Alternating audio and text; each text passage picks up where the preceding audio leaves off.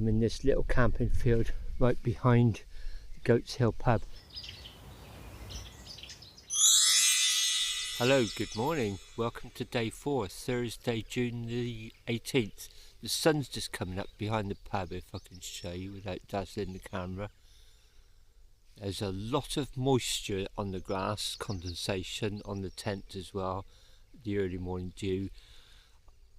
That's why I've got the ground sheet. I can just lie on that and be protected from it and do what I need to do and get the packing done. But I think once the sun rises a little bit, this is just going to evaporate all that off. It was so hot last night. I did just wake up briefly. I think it's soon after I went to sleep, and I just heard this, what sounded like an alarm clock, just tick, tick, ticking in the tent. And I suddenly realised, I think because I'm in a farming area near agriculture, I think it's one of those automated water sprays, you know, where it kind of goes round and bursts a little bit of water in 360 degrees. I think it's one of those.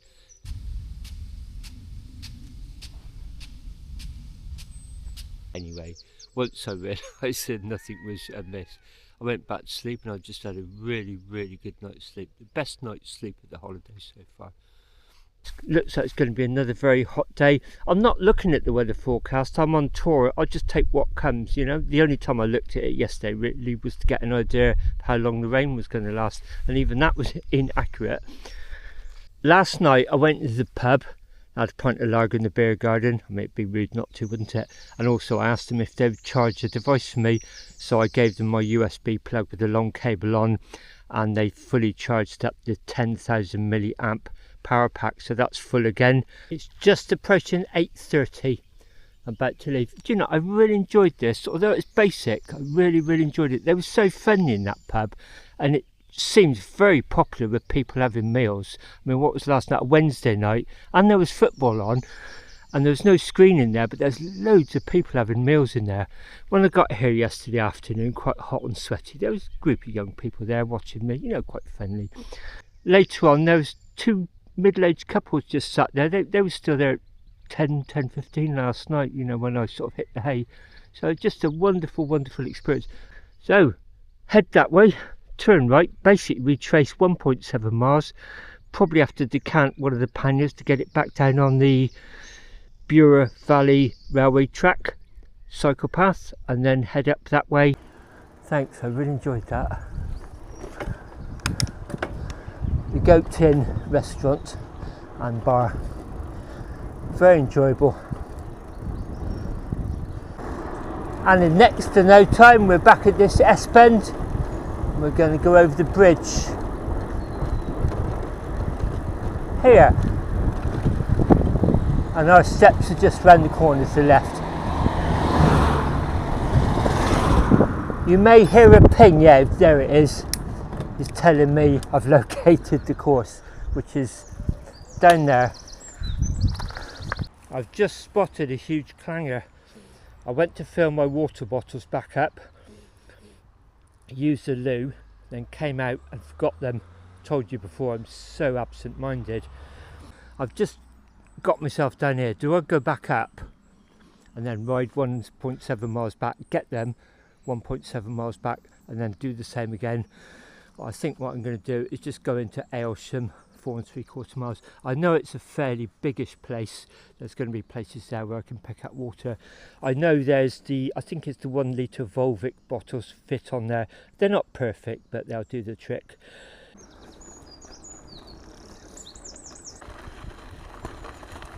Went to a level crossing. Now I'm on the other side of the railway, so it's now on my left.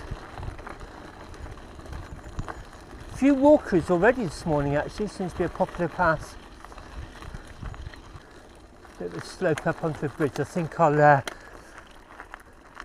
chicken out and push it up over here.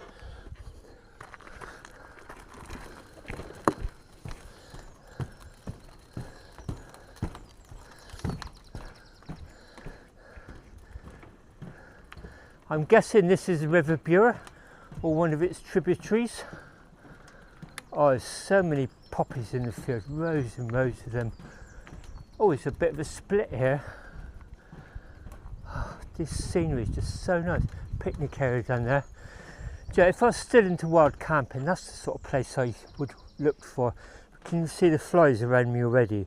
I know it's exaggerated because of the top I'm wearing, but that would have been midge heaven last night, I reckon, or should I say midge hell.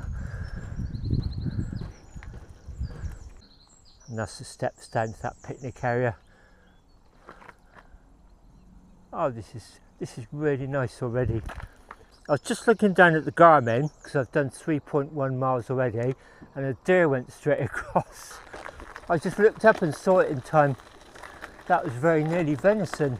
Went down there. Another little bridge. Across the road here, look. I'm being cautious on these. So there's chicken wire across it, so I don't think it'd be slippery in the wet. But the angles of the ramps are quite steep.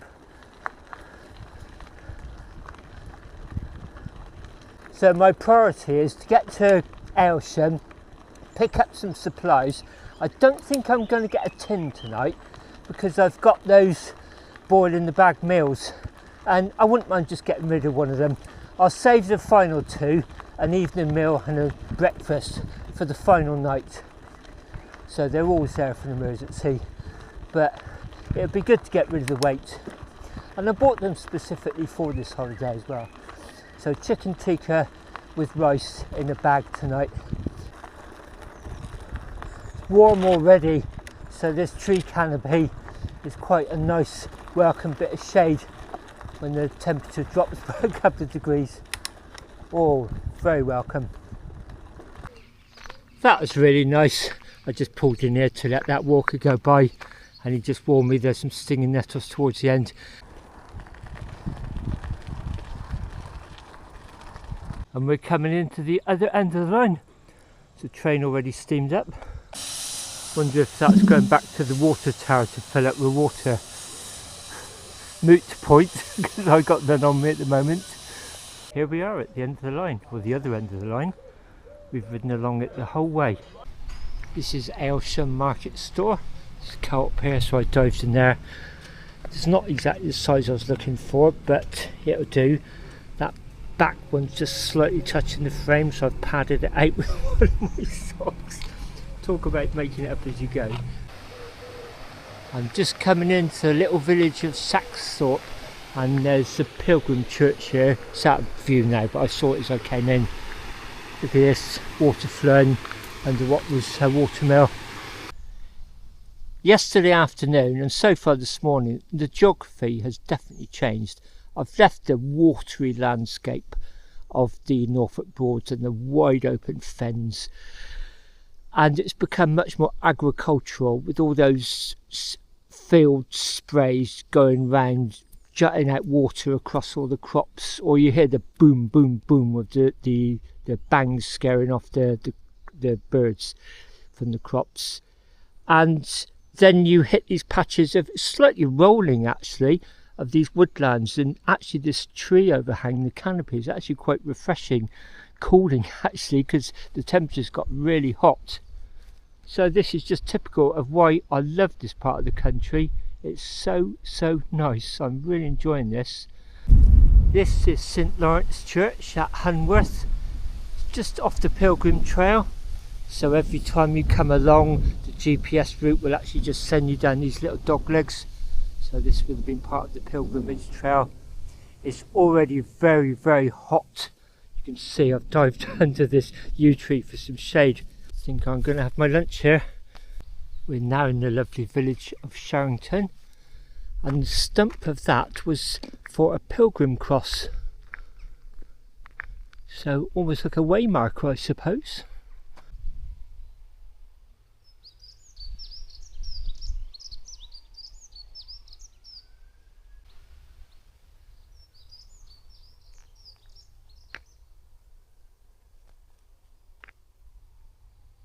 Andy Ball writes, at Sharrington there is the stump of a pilgrim cross, and in the village church All Saints. Watmore writes that in 1523, though this parish was never populous, there were 3 chantry priests doing duty at the church, more than any other church in the 100. It is most likely that they were there to serve pilgrims heading for Walsingham and Bingham. So a cross and a pilgrim church. In the porch there's this magazine, it's called the KL magazine of February 24, and this church is featured. There it is, look, autumnal scene. It says Sharrington's striking church. Norfolk has the world's largest concentration of medieval churches, and the one in Sharrington is an intriguing building to explore. I've just checked the ride with GPS app. I've got the full route on there and I've overlaid mile markers, and this is 92 miles, and Walsingham, the end of this particular pilgrim trail, is at 100 miles, so 8 miles to go. This is the small hamlet of Bale.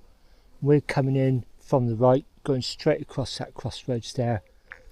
But this is All Saints Church at Bale, B-A-L-E. We'll come back and have a look at that shortly because that's interesting. But this is All Saints Church. There's lots of interest, so I'll just read you some of it. There are also echoes of non-Christian worship at Bale. For 1,000 years or more, the great Bale oak, its trunk 36 feet in circumference, its branches stretching to 70 feet, stood alongside this church until it was felled in 1860. The tree was reputably a place of pagan worship, and the church built beside it in the 14th century to claim the site for Christianity. The great hollow trunk, in which 10 people could stand, was used at different times as a cobbler's shop and a sheep pen. The bough from the tree now stands as a memorial totem to it beside the gate to the churchyard, and is carved with representations of those former uses. So far on this pilgrim trail from Great Yarmouth, that way I started yesterday morning, and towards Walsingham, our destination, which is several miles that way, we've seen so much of interest. There's been ruins of priories, there was a pilgrims hostel which is now a farmhouse, there's been churches, there was St Benet's Abbey, the remains of which actually then had an 18th century windmill built inside the entrance, and that's now a ruin right alongside the confluence of several rivers. There's just been so much of interest, but this I think caps it all, for me anyway, for me. So let me show you the tree. That's why I'm so glad I've brought the book with me, because you would just ride by this and not think twice, would you? There's a shepherd with the sheep, cobbler mending shoes. To think this was once a site of pagan worship 1,000 years ago, and the width 36 feet. I doubt if it had a face on it as depicted in that painting in the church.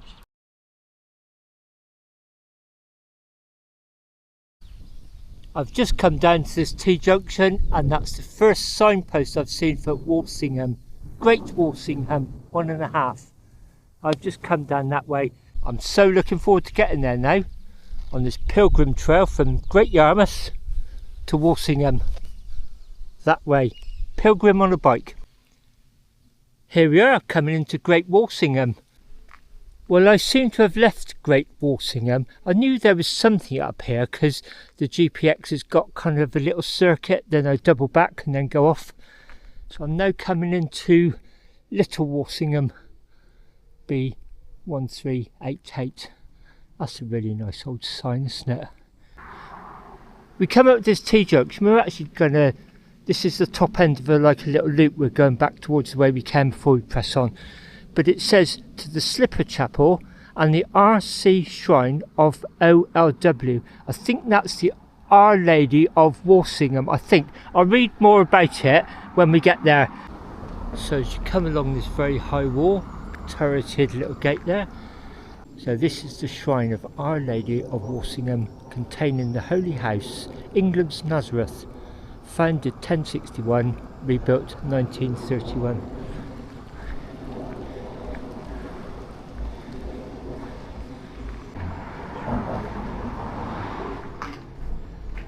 So it says, this holy house of Nazareth was restored partly on the ancient site in 1931. To it, pilgrims come to seek healing at the ancient holy well and to ask for the prayers of the Blessed Mary, Mother of God, for themselves and for the whole world. England's Nazareth, founded 1061, destroyed 1538, restored 1931.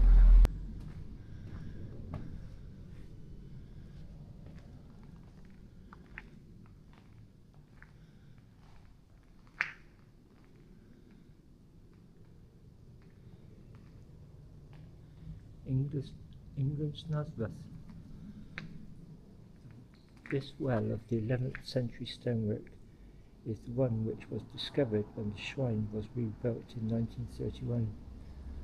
Through these waters many have been healed of diseases, and the pilgrims who have come here all through the ages have drunk the water and been sprinkled with it. This indeed forms part of the pilgrimage to England's Nazareth.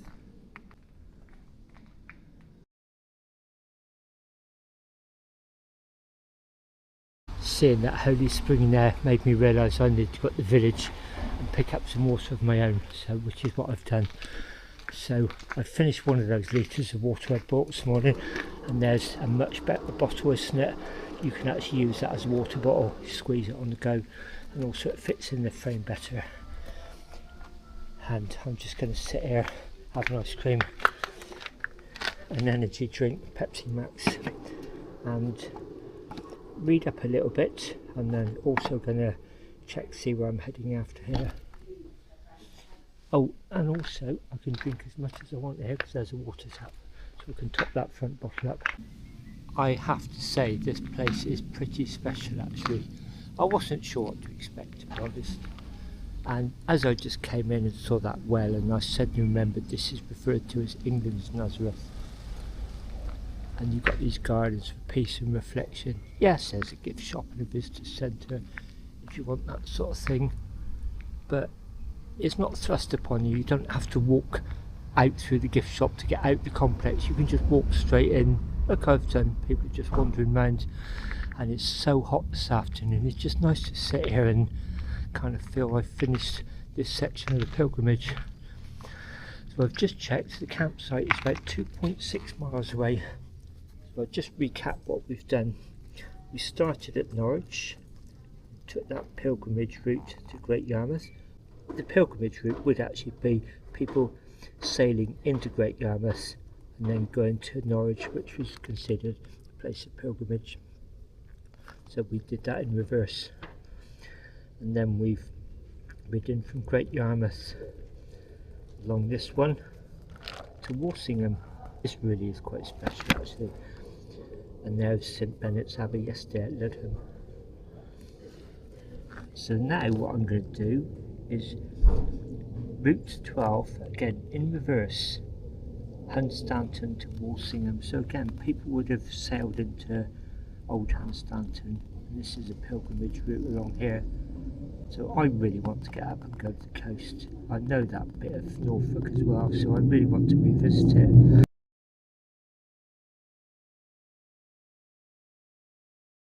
So that's what we're doing now. We're heading north up towards the sea,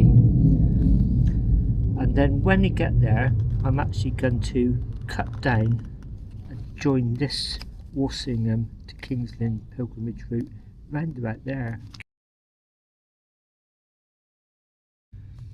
and then finish into King's Lynn there. There's a pilgrimage trail in King's Lynn, as there was in Norwich. And then there's a little dog leg out here, that pink one, which is Walpole St Peter's to King's Lynn. So, okay, well I'm going to do it both ways. And as you leave King's Lynn, there's plenty of bridges, but there's also a ferry across the river, so I want to take that ferry, the second ferry of this trip, head out that way to Walpole St Peter, and then come back to King's Lynn. So this really is the kind of pivotal point really for my tour, and I think for pilgrims really. All the routes would pretty much lead in here, and I can see why. This is just such a lovely peaceful place. Well, this is even better.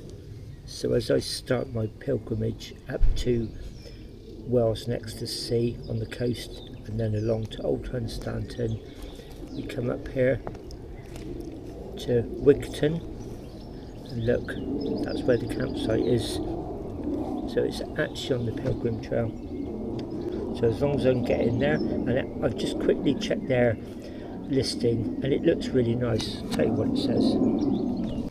It says about the campsite: a beautiful farmstead situated on the edge of the stunning Norfolk village of Wigton, in a designated area of outstanding natural beauty.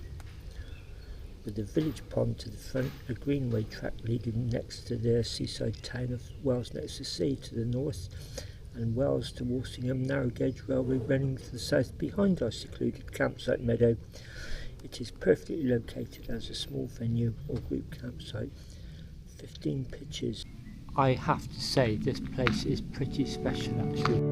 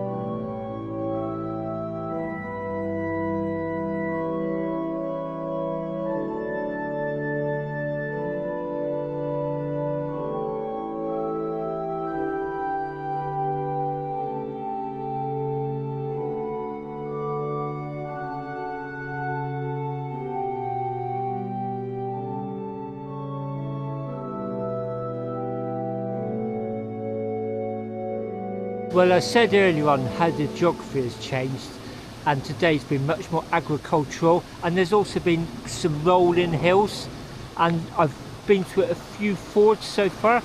All of them have been dry apart from this one. Look how lovely this is.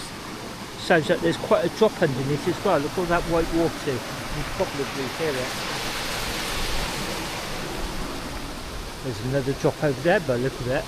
So we're heading this way up to the next village and our campsite, hopefully. Oh, that's fantastic. It's about 6:30 now and I've had a shower and I washed some clothes. I actually washed them in the shower with me. I thought it makes sense, doesn't it? You've got loads of hot water coming down, you've already got loads of soap suds. So I just washed the clothes and then washed myself. Feel like a new man. So as I said, I'm going to be in the shade here tonight, but the sun should be rising in the morning, so I thought I might as well park my bike over there for a few hours until the sun goes down at least. So that's drying the towel and the clothes. That lady who's the owner, she's just taking the ponies down to feed them. There's about 6 or 7 in there. She's taking them 2 at a time. She just stopped and had a chat because I went to pay her, and she said, "Are you doing the Rebellion Way?" I think. I said, "No, I'm kind of following this Pilgrim Trails." And she said, "Oh, which one's that?" And I started telling her. She said, "Oh yeah, that's right." And she said, "If you like history, there's lots of Pilgrim history in King's Lynn. That's where they all used to come into from sailing to, and then head down to Walsingham, and she said there's a place there, it's called the Red Tower. I'm just passing the Red Tower. This is what the lady at one of the campsites told me about. She said, oh, you ought to go and see that. She said you go in there, that's where the pilgrims went in, and you go in to a sinner's door and you come out at a higher level, you come out cleansed. So that kind of a bit like the shower really. You go in one state and come out cleansed. So I'm definitely going to look for that. It's probably in Andy Bull's book. I'm not jumping too far ahead because that's, you know, that'll be at the weekend or late weekend, Sunday probably. There we are, camping food, boiling in the bags. If you're not familiar with camping food, they tend to come in two types. There's either dry meals, which are dehydrated, you add water to them and then they rehydrate. I've never liked dehydrated meals that much. Reminds me of pot noodles as a kid. Or there's these wet meals. They are a bit heavier, but it's probably heavily processed as well. But you just boil them in a bag and you basically just reheat them. And the great thing is, if you do run out of fuel, or you're in an emergency situation, these are safe to eat cold. I've never done it, but it's okay to eat them cold. Can you see the perforation across there? You boil that for 8 minutes, take it out, stand it up. I said this so many times before, and somehow magically it just dries itself. Then you tear the top off, give it a really good stir, eat it out the bag with a long handled spoon. Nice easy tea tonight. And I'll tell you what, I had that last year, it's actually quite nice. They're a bit like army MRE's meals ready to eat. It's best to scrunch them up and get them in the pan first. And it's amazing how little water you need. Otherwise what happens is you put the water in first, then you try and push that in and it just displaces most of the water. Trial and error, but I find it's easier to wedge it in first and then just fill it up. I've got to say that Wayfarer's meal, the chicken tikka, was really, really nice. Just sat on that stump behind. Each spot has got one of their own. Nice simple meal. Just boil in the bag, tear it open, eat it. That's all I've got rubbish to get rid of in the morning. Washed the spoon down, wiped the pan round, dried it, and that was it, nice and easy. There's my towel and clothes drying over there. Gonna leave it until the sun sets, and then just wheel it back over and it'll be ready tomorrow morning. I'll just show you down the entrance of the campsite. There's a couple of things of interest worth showing you down there. It is a working farm, but the facilities are really, really nice. Just show you what they are.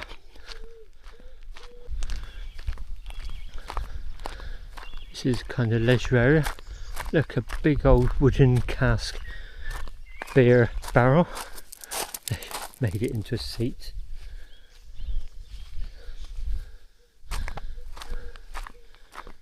And there's toilets and shower block. Toilet was very nice. More showers there. Another toilet there. Reception shed. Outside area. Please remember we are a quiet site after 10 PM.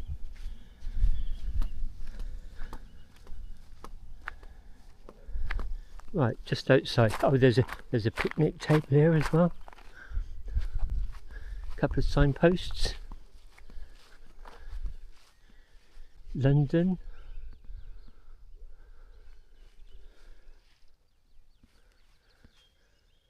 Blue skies, 2 miles. I think that means the seaside, because Wales Next Sea is 2 miles away. And this literally is the Pilgrim Trail going right by. It could not be more handy.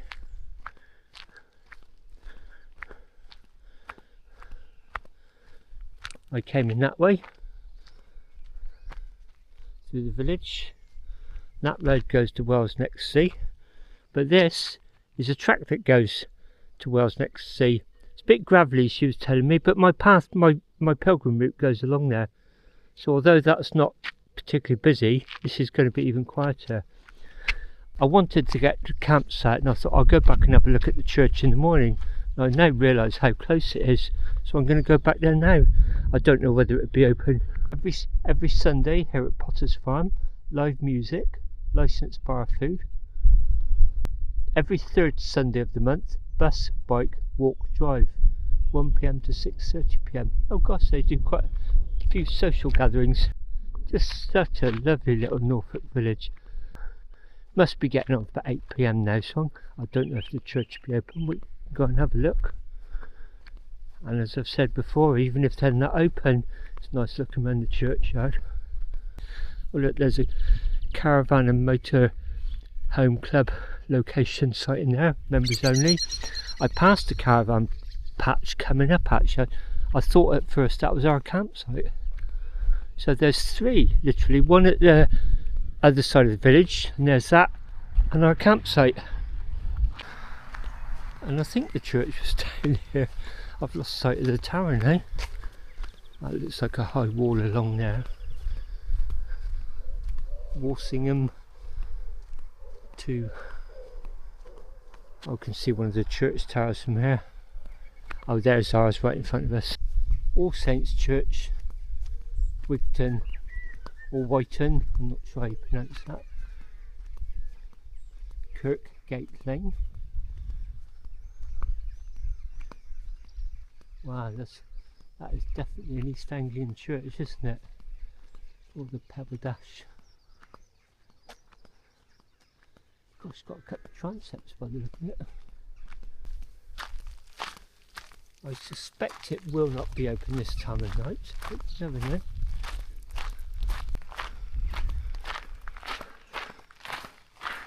Will it or won't it?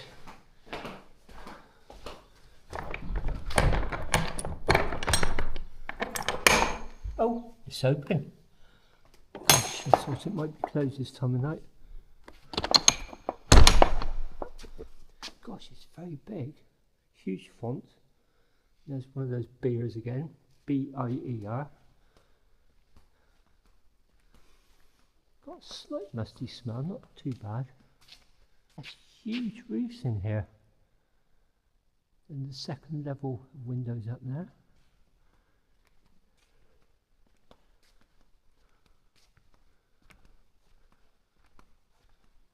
Oh, this is wonderful. Walking up the nave towards the pulpit. Tomb over there by the look of it. Little mini chapel there. And up into the chancel. Okay, let's read up a little bit about this.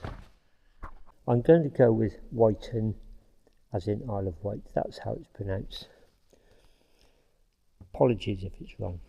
At Whiten, 3 miles from Walsingham, the church holds 2 pointers to its pilgrim connections.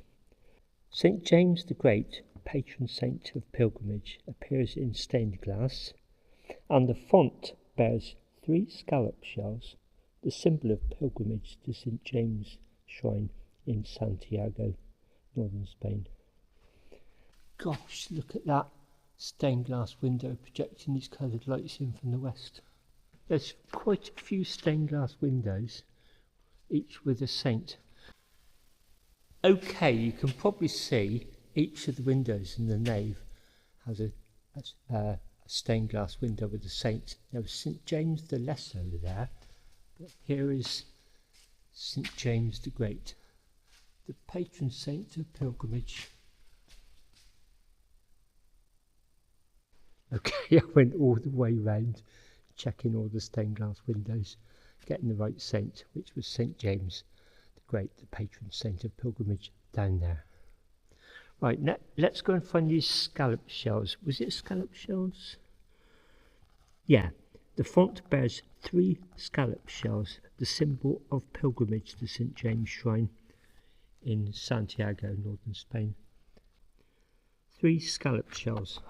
I've just left the door slightly ajar. I'm a bit paranoid about being locked in, just in case someone comes and locks and doesn't think anybody would be here this time. 3 scallop shells. Oh, there they are.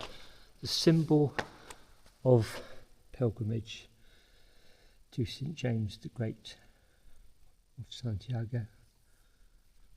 So, 1 reference, 2 references. Gosh, look at the really long grasses in the churchyard. Real haven of wildlife.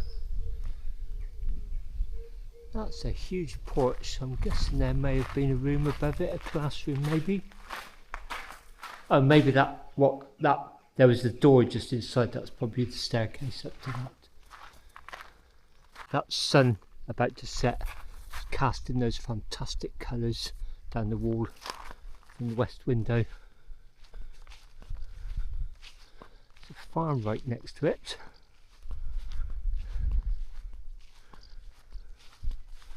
The west door. See how the grass has been cut along here, so this has not been neglected. It's definitely managed.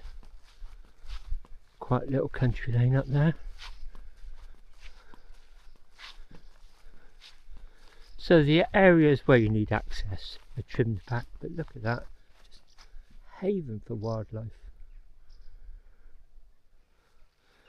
Making up for some of the habitat that's been lost due to things like road building and housing estates and golf courses, that sort of thing. Gosh, this is just like a little dead end. Oh no, it's coming. Gosh, this really is a wild churchyard, isn't it?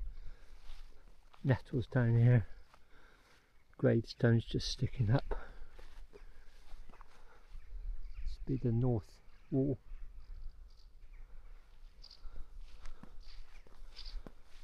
Oh, it's a beautiful place. It's so nice coming here of an evening. Oh, a lovely chair there.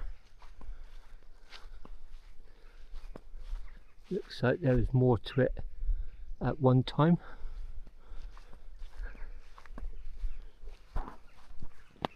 Oh, this is absolutely beautiful. I'm so glad I came down here tonight.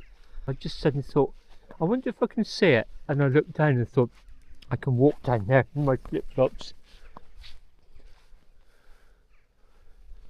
Oh, this is fantastic.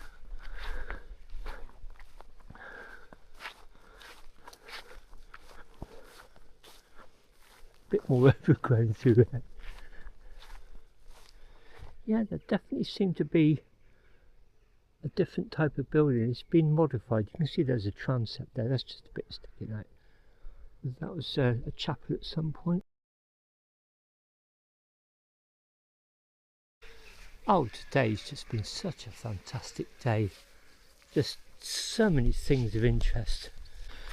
You can see the difference. Look, the older graves, much longer grass, and here's a more recent plot, look, which is well kept. Got seats for reflection. Seats. It's 25 to 9 on a June evening. How lovely.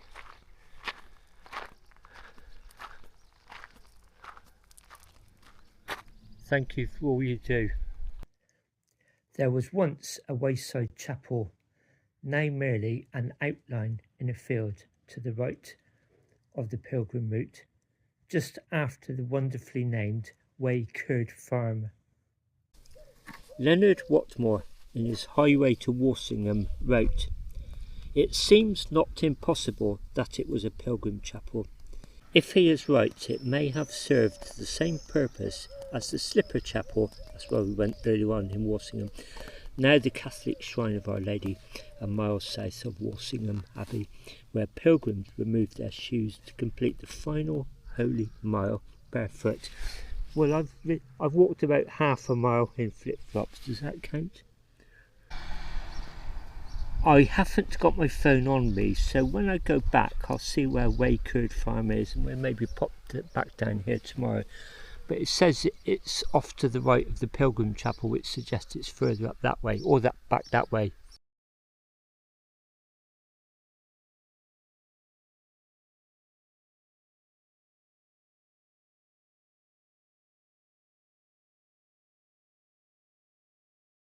Now merely an outline in a field. Oh, this has been wonderful coming down here this time of night. 20 to 9. And it's nearly midsummer. I've loved that walk down there, just off to the left. The main road bears round to the right. Just fantastic going in that church this time of night, looking for pilgrimage references. I can't believe that there's a pub here, but there's also that caravan site. I just had a quick nose in as I walked by. That looks really nice. As I said, when I came in, there looked like another caravan site just to the south of the village. And there's this all-year campsite, which does a lot of social stuff by the look of it. The village hall sounds used, isn't it? Bingo, Pilates, pickleball, whatever that is, Tai Chi, yoga. I don't know about you, but every third advert I get on YouTube these days is Tai Chi. Oh, this is fantastic.